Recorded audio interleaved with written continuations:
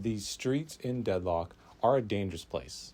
You really have to keep your head on a swivel, because one wrong turn could mean the difference between success and death. Lucky for you, this is Deadlock Self-Defense, where I'll teach you how to defend yourself, and hopefully you won't just survive, you'll thrive. In Deadlock, there are characters that excel at throwing hands, capable of beating the bricks off of anyone who decides to step up. The issue is, many players who do don't know how to handle the hands, and unsurprisingly, get deleted. If that sounds like you, it's okay, because I'm going to show you the self-defense to handle it. The first thing to remember when you're engaging a melee-oriented character is to keep your distance. It may seem obvious, but too many players either forget, get greedy for the kill, or overestimate their advantage and end up getting too close. And once that distance is gone, it is usually too late to get it back.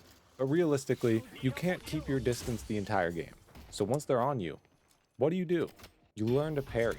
It's simple, but a lot of players either forget about it in the panic of being punched, or are just bad at it, parrying way too soon or too late. It helps to remember every player has their pattern when it comes to throwing hands. If you can read those patterns, you can hit a parry. But knowing exactly when to parry really does come down to practice and experience. But even if you don't have that, it's not hopeless, because Counterspell is designed to help you. But once you do land a parry, you'll get healed and given some movement speed to recreate that distance. In most MOBAs, movement looks like clicking left, then clicking right, then clicking left again, and hoping you dodge an ability. But with Deadlock, that's not the case. Movement can mean the difference between escaping from a gank, confirming a kill, or even surviving a team fight. So it's important you know all the movement in Deadlock and exactly how to use it. Dodging, or dashing, requires a bar of stamina. It's the most basic movement in Deadlock and is used whenever needed, may that be to dodge an ability or close a gap.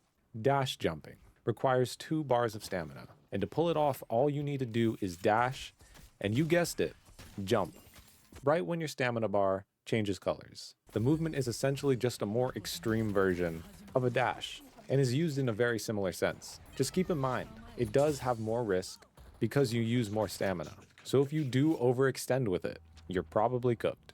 Sliding, requiring no stamina. Sliding is pulled off by simply crouching while you have momentum. Out of all the movement in Deadlock, sliding is probably the most unique, because while sliding, you have unlimited ammo in your mag, making it not just useful as a movement tech, but practical to use while farming or in a fight. Wall bouncing, also requiring no stamina, is simply pulled off by walking face first into a wall and jumping. Out of all the movement, it is usually the least commonly used.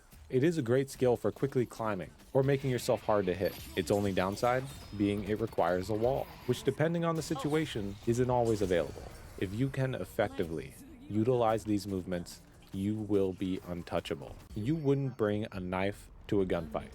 At least I hope not. So why in Deadlock would you buy the same items over and over again, no matter the situation? If you want to be able to defend yourself, you'll have to make your items work for you and your situation. But how do you do that? You buy the items that fit your current needs. Are you falling way behind on souls? Instead of buying the items that will increase your damage, you buy an item that helps you farm faster. Or is a player on the other team completely farming you and your team? Buy the item that helps you fight that player. May that be extra armor, a healing reduction, or even a silence, whatever you may need.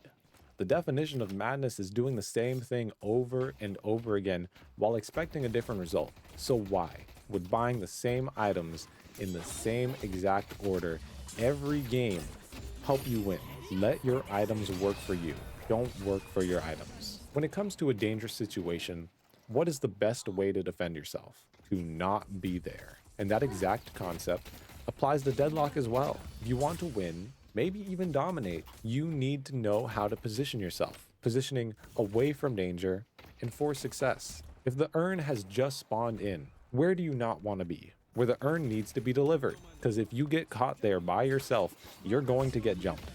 It's not an if, it's a when it happens. The opposing team has just killed the mid-boss. What do? Do you play like you've played the entire game, pushing lanes? No, you position yourself defensively Protecting your base, because the opposing team will be looking to make some sort of push. So if you just do what you usually do, you'll overextend, get picked, putting your team at a massive disadvantage. In every game, positioning is power, and Deadlock is no exception.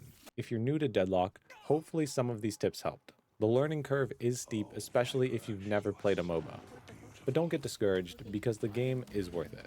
Anyways, if you enjoyed the video, like, comment, subscribe, and thanks for watching. I need a way to fix on my heart, but there ain't a bandage to cover these scars. Keep using my kindness, 'cause that's who you are.